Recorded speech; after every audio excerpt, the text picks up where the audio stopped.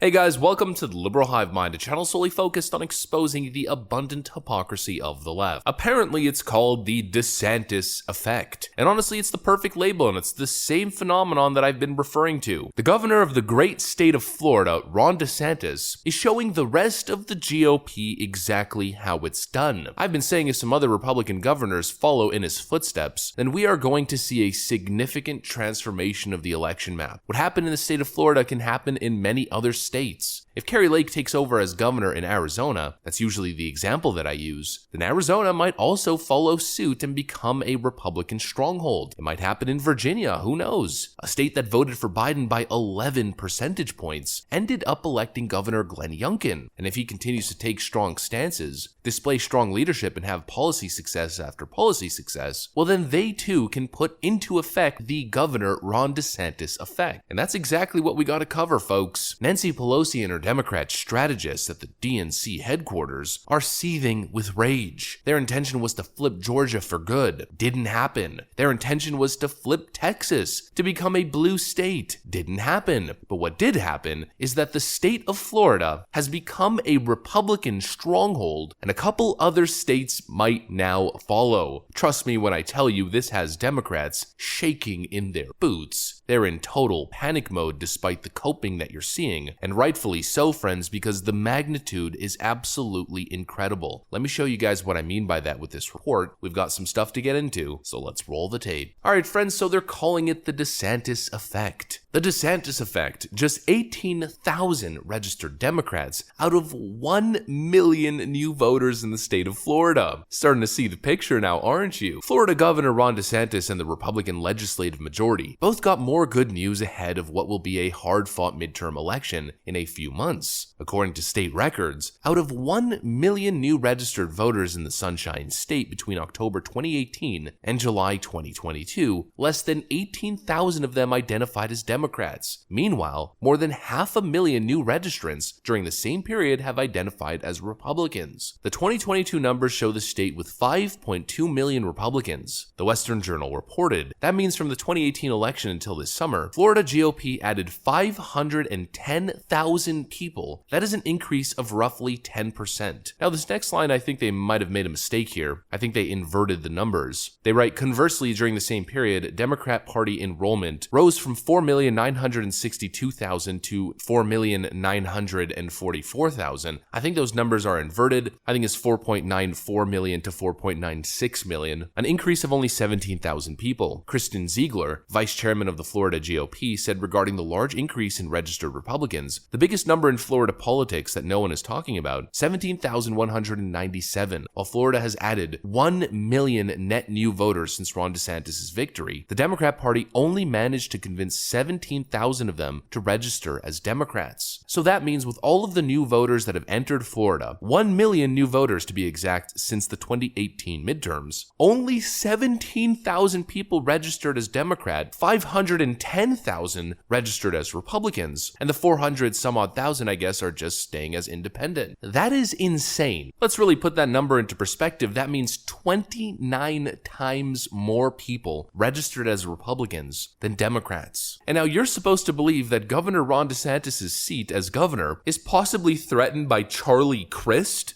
Give me a break. Marco Rubio is within the statistical margin of error against Val Demings? No way. It's just not happening. What is happening, what we are seeing, is the major 2016 onward Democrat strategy failing, frankly backfiring. Back in 2016, or at the time it might have even been 2015, Donald Trump comes down the Trump Tower escalator and issues his hardline stance on the southern border, of course launching his campaign with the Build the Wall slogan, and Democrats saw their opportunity. They said, here is exactly what we're going to do. We're going to go after the Latino vote and label Donald Trump and all Republicans as anti-immigrant racists. They thought this was the most genius strategy. It's going to work. There's no way it could backfire. They're going to turn Nevada, New Mexico, and Arizona into Democrat strongholds. They're going to flip Texas. They're going to gain favor with Latinos in the state of Florida. But boy, oh boy, did this backfire for a couple fundamental reasons. The first one, you're not going to win the state of Florida by pandering to Latinos Latinos in the state of Florida, which are vastly different than Latinos from the West Coast. Because of course we know the Democrat Party is embracing socialism. Not gonna work, you shot yourselves in the foot. Then as we head further west and we go to border states, you're not gonna pander to Latino voters in border states on the issue of supporting illegal immigration. This was probably the biggest mistake that Democrats made, expecting law-abiding Latino voters who emigrated to the country properly to be in support of these Democrat stances and rhetoric, enabling this border crisis and justifying illegal immigration, breaking the law, a system that we know negatively impacts Latino communities on the southern border. Whether it's the crime, the gun violence, illegal migrants, drunk driving, or speeding and taking the lives of innocent individuals, this was a terrible political strategy and miscalculation from the left, and it's backfiring bigly. I mean, even with this most recent issue with the whole Martha's Vineyard thing, Democrats are outraged, what a horror. But if you look at the numbers, plurality of Hispanic voters support Republican governors sending illegal migrants to liberal states and cities, because Latino voters are intellectually honest, normal people, and they're thinking if you want to be a sanctuary state, then you should take responsibility. The crisis that you created shouldn't then be dropped on the lap of border states and border counties. Democrats were banking on the Hispanic vote changing the electoral map in their favor, but the exact opposite is happening, and it's so incredibly significant. I mean, for Pete's sakes, Democrats might have lost the state of Nevada. GOP is leading in Nevada generic congressional ballot data. Donald Trump is beating Joe Biden in hypothetical matchups in the state of Nevada. The Nevada governor's race, Joe Lombardo is widening his lead over Steve Sisolak. Adam Laxalt is consistently beating Catherine Cortez Masto. We're seeing Republicans surge in Nevada and Arizona, and that is exactly what we've been predicting over the last year and a half. Every single time I do a polling analysis video where I cover the Hispanic voter, demographic changes, and trends, I always mention those two states. Well, folks, it's actually materializing. And of course, let's not forget that deep blue Democrat district in the state of Texas, right on the southern border, that just flipped by 20 points away from the Democrat and elected Mayra Flores to represent them in Congress. Who's to say we're not going to see a couple more flips like that? The clear fact of the matter is, the based Latino vote is not playing any games with illegal immigration, crime, and socialism. And the Democrat Party is the party of crime, illegal immigration, and socialism. At the end of the day, politics can be boiled down to very simple concepts. That right there is the dynamic. Keep coping, Democrats. Your Republican anti-immigration racist rhetoric has backfired and is backfiring bigly. Another political miscalculation, and we've been talking about a couple other political miscalculations ahead of the midterms. Wouldn't be surprised if a lot of them end up materializing. That's what I got for you guys though. Hopefully you enjoyed this video. If you did, make sure to leave a like and possibly subscribe to the channel if you guys are up for it. I'm gonna get back to work. Thanks for watching, and I will see you on the next one.